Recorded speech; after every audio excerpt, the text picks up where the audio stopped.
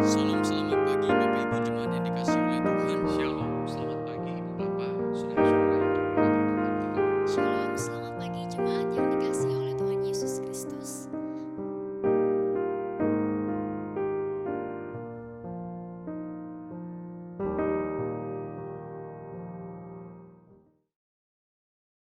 Shalom, selamat pagi Ibu Bapak, saudari-saudara yang diberkati Tuhan. Kita bersyukur untuk semua anugerah dan kebaikan Tuhan bagi kita. Sebelum kita membaca dan merenungkan firman Tuhan, mari kita berdoa. Ya Tuhan, tolonglah kami agar kami dapat mengerti dan menghidupi firman-Mu dalam kehidupan kami setiap hari, sehingga hidup kami menjadi hidup yang menyembah Engkau dalam roh dan kebenaran. Di dalam nama Yesus kami berdoa, amin. Saudara, topik kita pagi hari ini berjudul Menyembah Allah dengan Benar. Firman Tuhan diambil dari Yohanes pasalnya yang keempat, ayat 20 sampai dengan 26, tetapi yang akan dibacakan hanya ayat 24 saja, yang berbunyi demikian. Allah itu roh, dan barang siapa menyembah Dia harus menyembahnya dalam roh dan kebenaran. Saudara, topik tentang penyembahan yang benar merupakan salah satu topik yang hangat dari semua diskusi berkaitan dengan ibadah, liturgi, atau aliran-aliran tertentu. Bagi sebagian orang Kristen, penyembahan yang benar adalah sebuah ibadah yang diperlengkapi dengan musik yang indah, sound system yang memadai, dan worship leader yang piawai yang mampu membuat suasana ibadah seemosional mungkin. Bahkan bagi sebagian orang, penyembahan akan menjadi semakin sempurna jika diselingi dengan bahasa roh, mujizat, nubuatan, atau karunia yang lain. Tentu tidak ada yang salah dengan semua ini selama semua ini dilakukan dengan tulus dan benar-benar digerakkan oleh Allah. Tetapi semua hal ini bukanlah sebuah syarat dari suatu penyembahan yang sejati.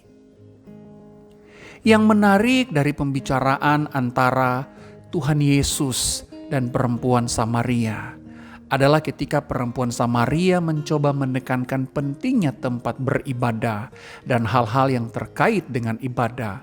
Yesus meresponi hal tersebut dengan pernyataan yang sangat tidak terduga.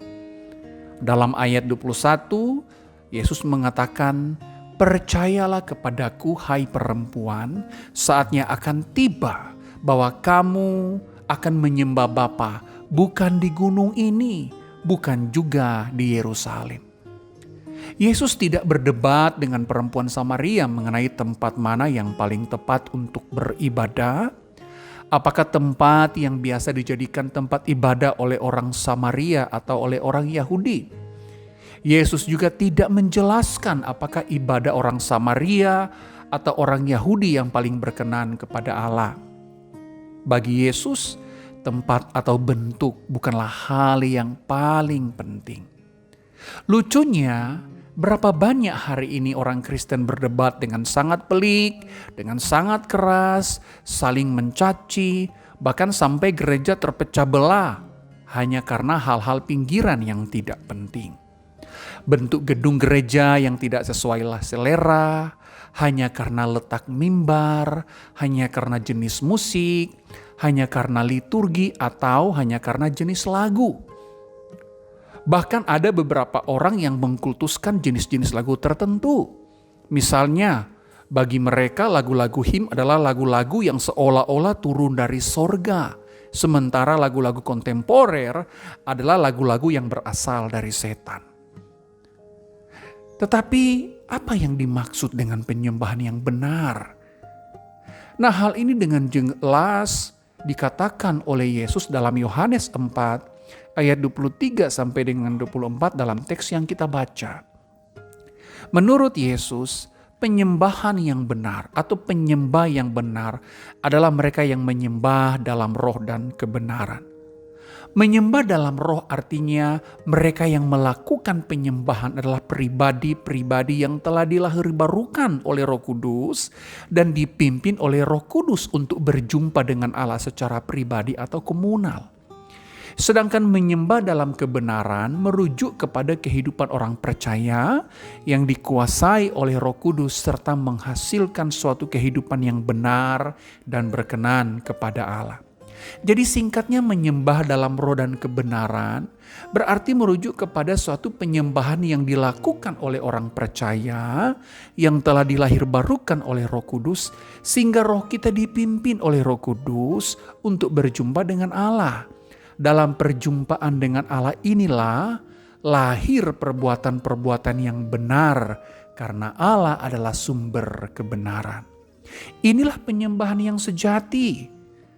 Lantas, apakah penyembahan yang sejati ini hanya dilakukan dalam ibadah hari Minggu saja atau ibadah-ibadah formal kita? Tidak. Roma pasal 12 ayat 1 dengan jelas mengatakan, "Karena itu saudara-saudara, demi kemurahan Allah aku menasihatkan kamu, supaya kamu mempersembahkan tubuhmu sebagai persembahan yang hidup, yang kudus dan yang berkenan kepada Allah. Itu adalah ibadahmu yang sejati." Paulus mengatakan dengan tegas bahwa ibadah yang sejati adalah kehidupan yang kudus, yang dipersembahkan secara total kepada Allah. Karena itu, marilah kita menjalani kehidupan kita dengan kudus dan berkenan sebagai tindakan penyembahan kita kepada Allah. Amin. Mari kita berdoa.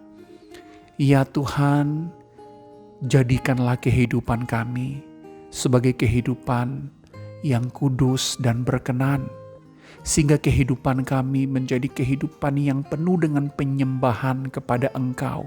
Kehidupan kami menjadi ibadah yang sejati kepada Engkau. Terima kasih Bapa, pimpinlah kami sepanjang hari ini. Amin.